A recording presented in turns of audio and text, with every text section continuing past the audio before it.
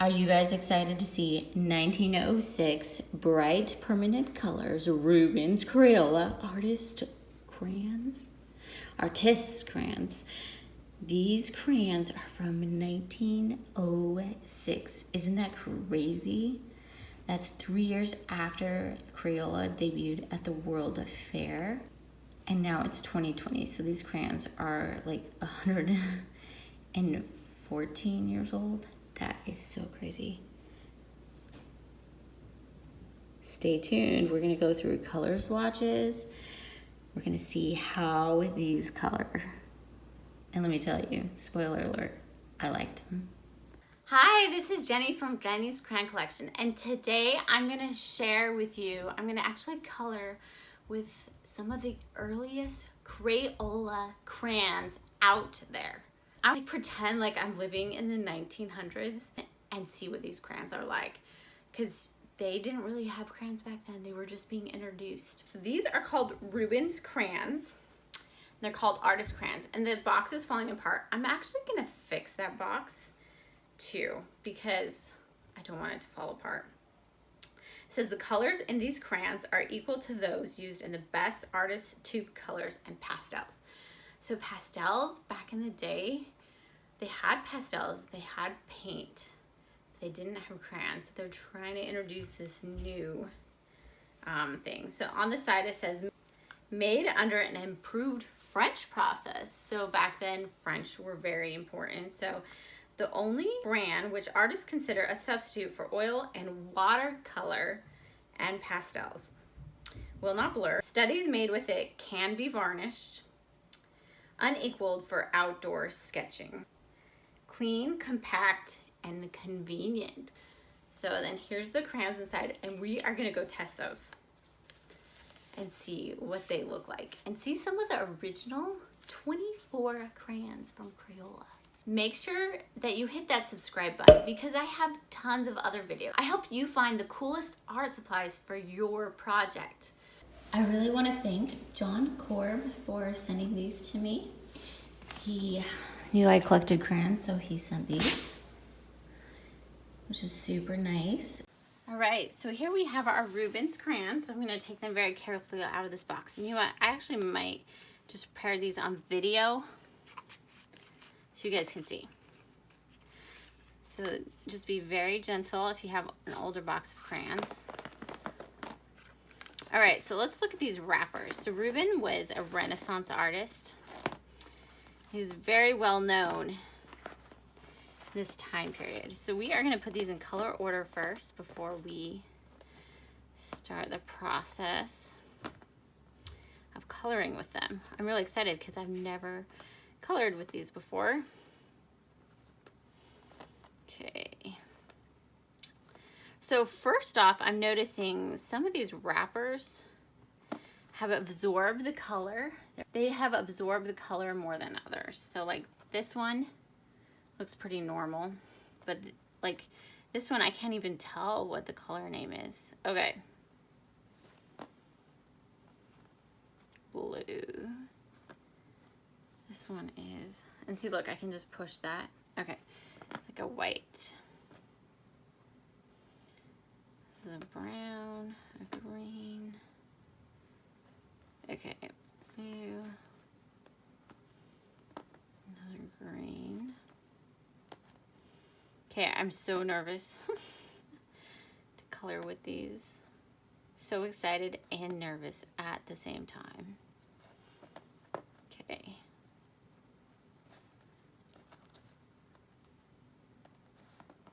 All right, so here we go. This one.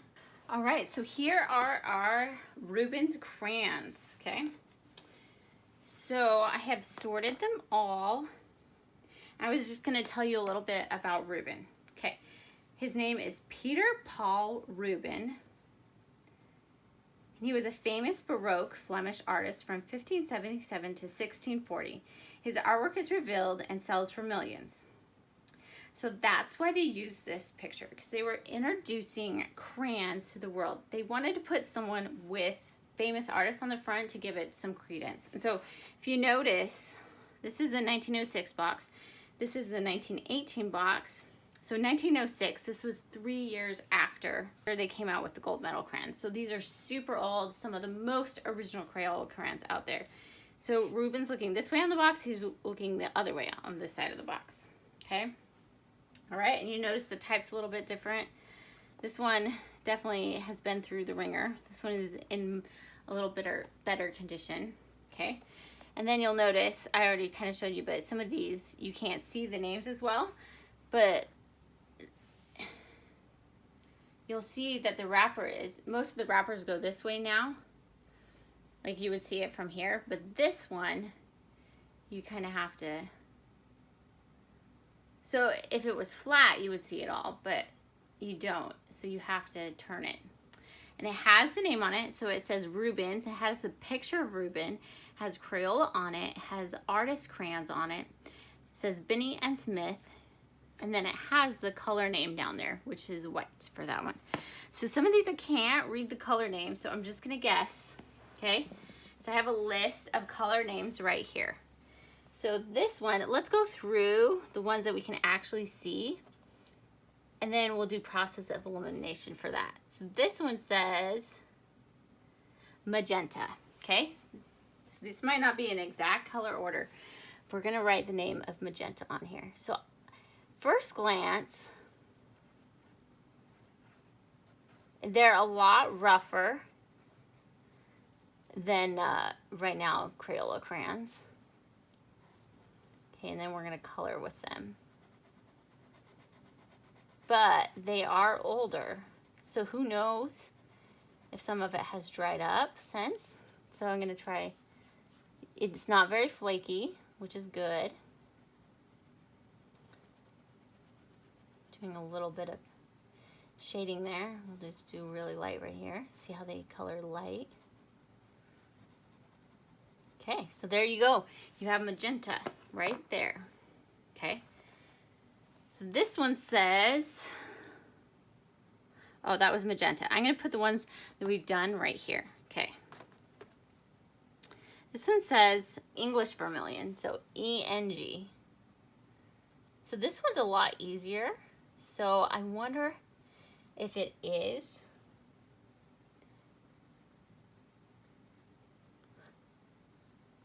I wonder if it is the crayon. Like the other one was just a little bit older. So we're gonna do dark up here. Getting lighter, lighter, lighter, lighter. These are really cool. They color like crayons. They are crayons. So I'm trying to think, if I was an artist and using these for the first time, what would it feel like? And what I'm gonna do now is gonna go through it. So the next one is rose pink. Okay, so this one, it has the same, it writes the same. So this one was smoother. This one is a little rougher. So you can see how, I don't know if maybe something's caught on it, the tip, but we'll just, oh yeah, maybe that was it. Because now it's smoother.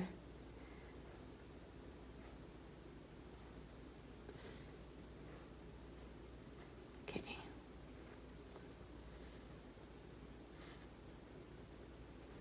Okay.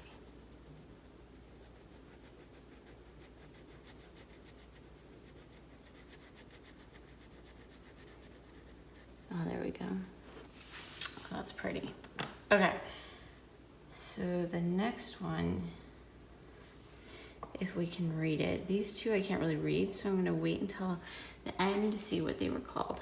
This one is called Madder Lake.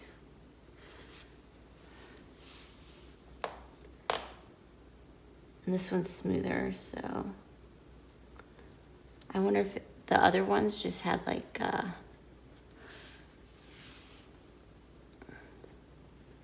from being 100 years old, they had some something stuck to it. Okay, so this is super dark. And the reason I'm using these, I mean, they've been used anyway. If these were brand new, never been used, I wouldn't use them, but they have been used. So you can see the tip right there, it has been used, so that's why I'm using them. All right. The next one, we're gonna go, this one actually looks brown, so I'm gonna put it at the bottom. Okay, so the next one is just orange. Oh yes, very smooth. So I wonder if these two just had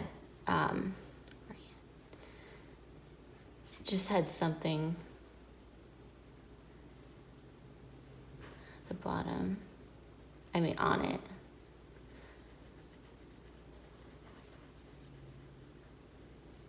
Okay, so there we go. Very nice. Okay, next one. This one is called Gold Orca. Yeah, this one's a little rougher than those other ones. It could be to the OCH. It could be just the formula on the crayon used. Who knows if they use the same formulas for all the crayons back then. So it doesn't go as dark, and it is more flaky. That is interesting. See how much flakier that is than that one? There's hardly any flakes with this one. There's a ton of flakes with this one. So I wonder if they did a different formula for some of these. All right, so the next one is Yellow Medium.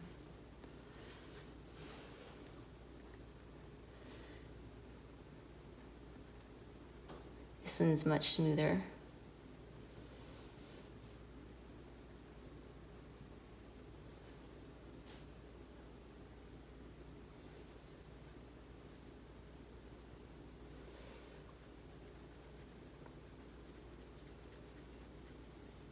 There we go, that's beautiful.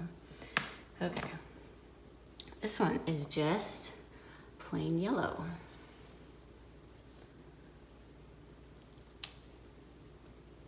Let's see. This one's very smooth also.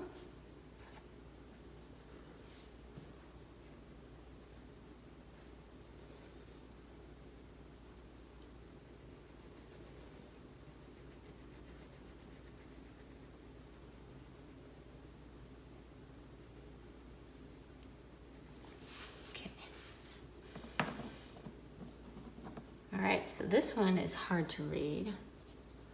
So, olive green. Yeah, that looks very olive. Again, very smooth. These colors are very, very vibrant.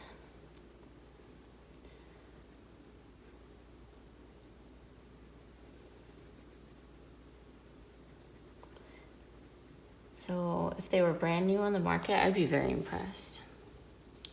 Okay, it was a new thing. Okay, so the next one is, this one is Chrome Green. Let's see, C-H-R Green. Very pretty.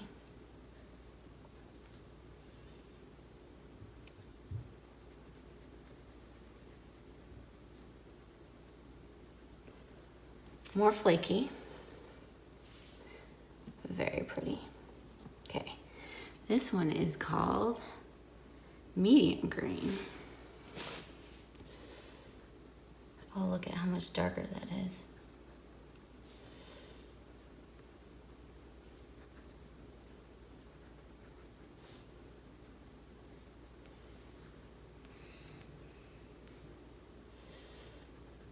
Yeah, this one definitely has more shades in it. Okay. Shading capability. I wonder if this was Chrome Green Light. Oh, yep, it is Chrome Green Light. So I'm supposed to have an L right here. Okay, and you'll notice, maybe I should have done this too. Some of these are capitalized and some of them are not. I did not do that, but I should have. So I'm just gonna put this green dark because I can't figure out what those first two letters are because it's smudged. Okay, so from first glance, Oh, DK, sorry. Oh, gosh. Okay, first glance, these two don't, oh man. This might be broken at the tip. I did not break it. I'm saying it couldn't be broken, but they don't look that much different, but there is a slight variation. Okay, so I can't tell what this one is. So we'll do some process of elimination with that one. This one is raw umber. Oh yeah, very. Oh gosh, got my browns in here. Then we'll just go to blues after that, right?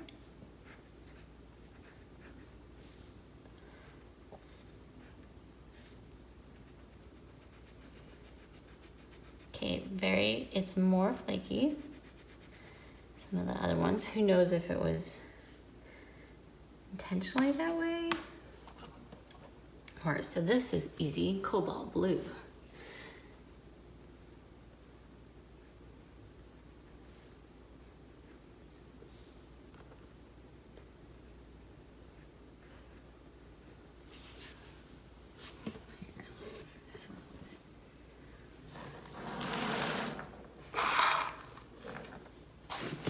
That's very pretty. Very pretty.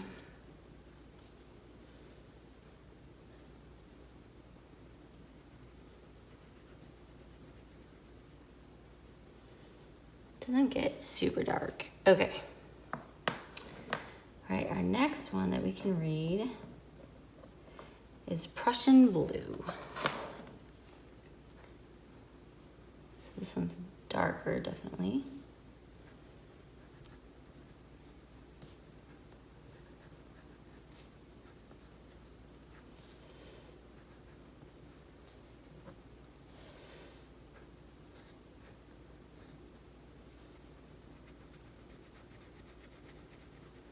Okay, so we've got Prussian blue.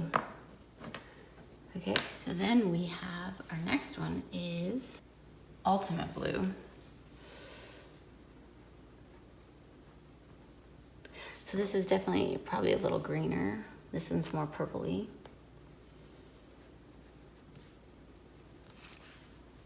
I'm gonna put this over here on this side.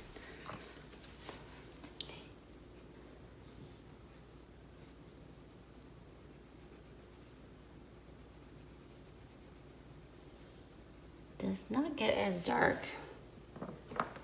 All right. This one is violet. Very pretty. Very nice lay down.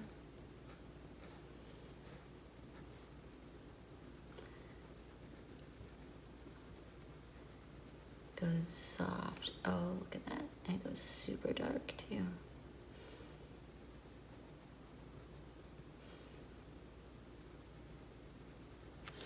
That is super pretty. Okay. This one's called Flesh Tint.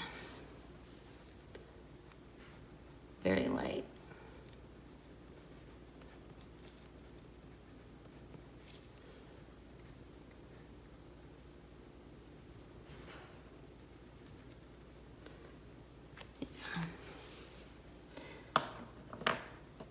Okay. This is called Burnt Sienna. Yeah. This one's got a very red tone to it.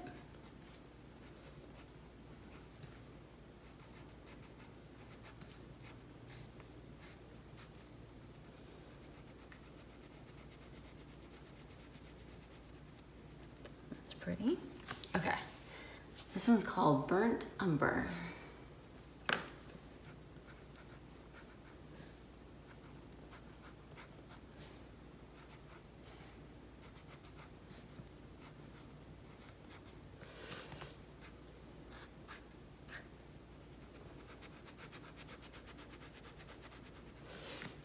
Burnt Umber. All right, this one is just white. Okay, so now we have these three that are left.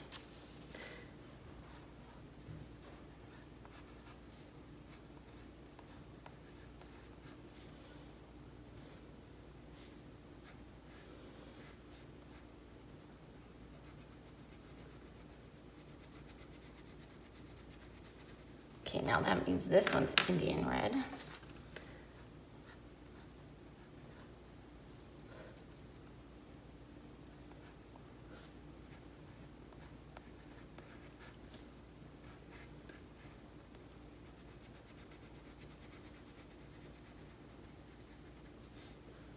Add a little bit more so we can see how light it goes. Okay.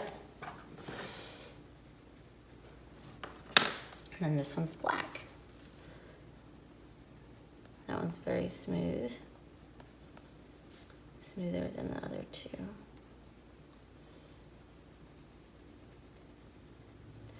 Right, and there we go. We have swatches of some of the oldest Crayola crayons right there. They're really pretty. I like them. So, all right, I hope you guys have a great day. Make sure that you let me know which one of these is your favorite, which color. All right, so we're gonna actually repair this box real fast. So this is a very old box, so just be careful. I'm just gonna use a little Elmer's glue on it, okay? Just slightly touch, and after you do this, you have to leave it overnight, okay? So what you can do is put it on like that, okay? Find all the places you need the glue on there, okay? Just a little glue. Find out how this went in. So I see that the tuck is probably right here. Then you just put it together as best you can. So first, there's a flap that needs to be put in. So we'll just put a tad bit of glue on here. That might be a little much. You just want a barely small amount on there. Sorry, that was the wrong way. And you can put a little bit on this edge too, so they stick together.